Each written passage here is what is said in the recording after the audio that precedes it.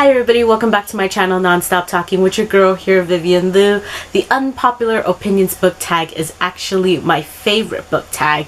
I answered the questions the first time in 2017 on my WordPress. I will link that down below and I won't be repeating the answers from that time. I redid the book tag in video format last year in 2019, but I didn't like how it came out, so I've deleted it and now I'm here redoing it in 2020. By the way, this book tag was originally created by the Book Archer, so let's start with the first question, which is a popular book or series that you didn't like. This book right now has a 4.35 rating on Goodreads, which is really high, and here I am. I gave it a 1 out of 5 and named it my worst read of 2019. The book that I am talking about is November 9 by Colleen Hoover. This was my first Coho book and I just did not like it. I thought that it was a little like overly dramatic, too much, and I also found it really cringy. Like, it made me cringe a lot. And the main guy, Ben, he gave me creeper vibes, so I couldn't even like support the relationship.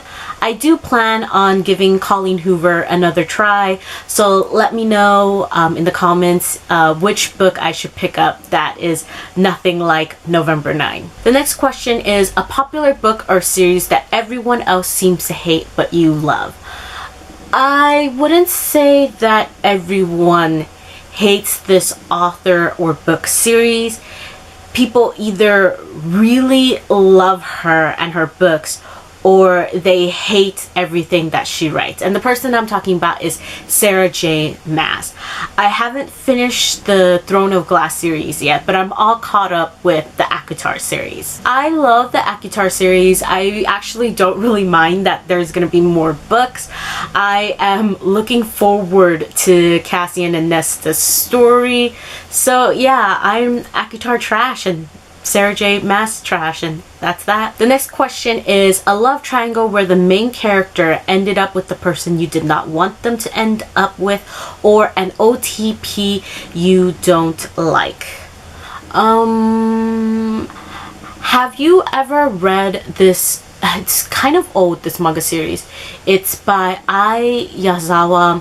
It's called Paradise Kiss. There is a love triangle in it, and I read this like back in either middle school or early high school. I remember that the ending is a little like open-ended, and then the live action tries to change that but failed in my opinion.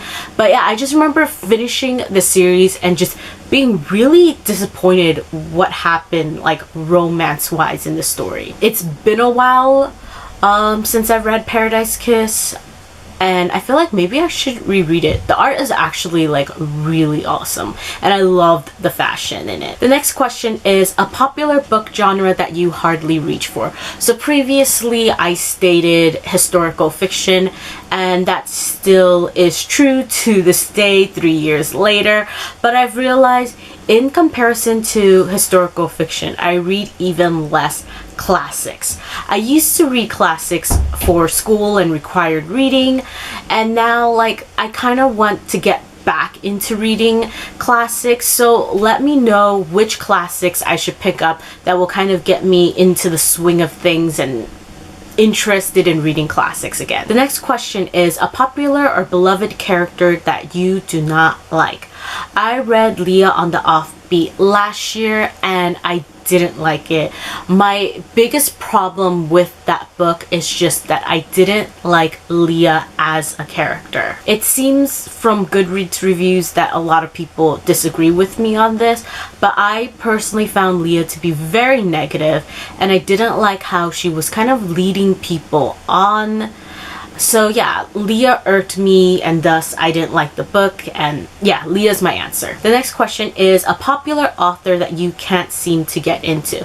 I've talked about this in 2 other videos actually, but Nicola Yoon is 2 for 2. And what I mean by that is that I read everything in 2018, and that showed up on my most disappointing reads list of that year. The year after, in 2019, I read The Sun Is Also a Star, which showed up on my most disappointing list of that year.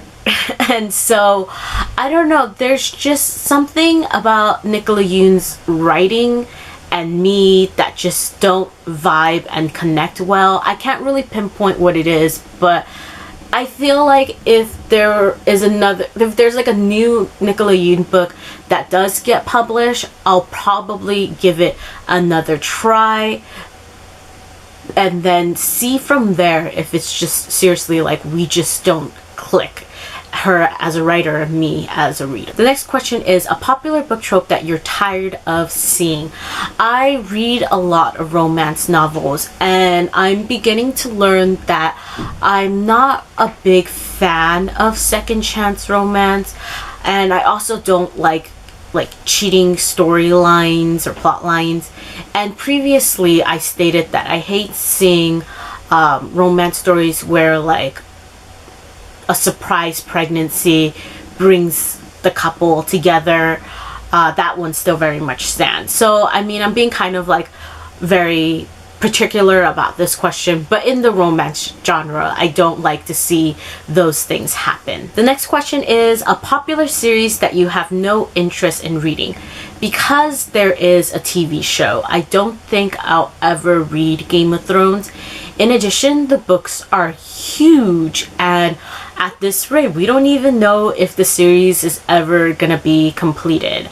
I actually really like the TV show up until the final season, so pretty much I'll probably never rewatch the show, and I'll also probably never pick up the books. We are on the last question, which is the saying goes, the book is always better than the movie, but what movie or TV show adaptation do you prefer more than the book?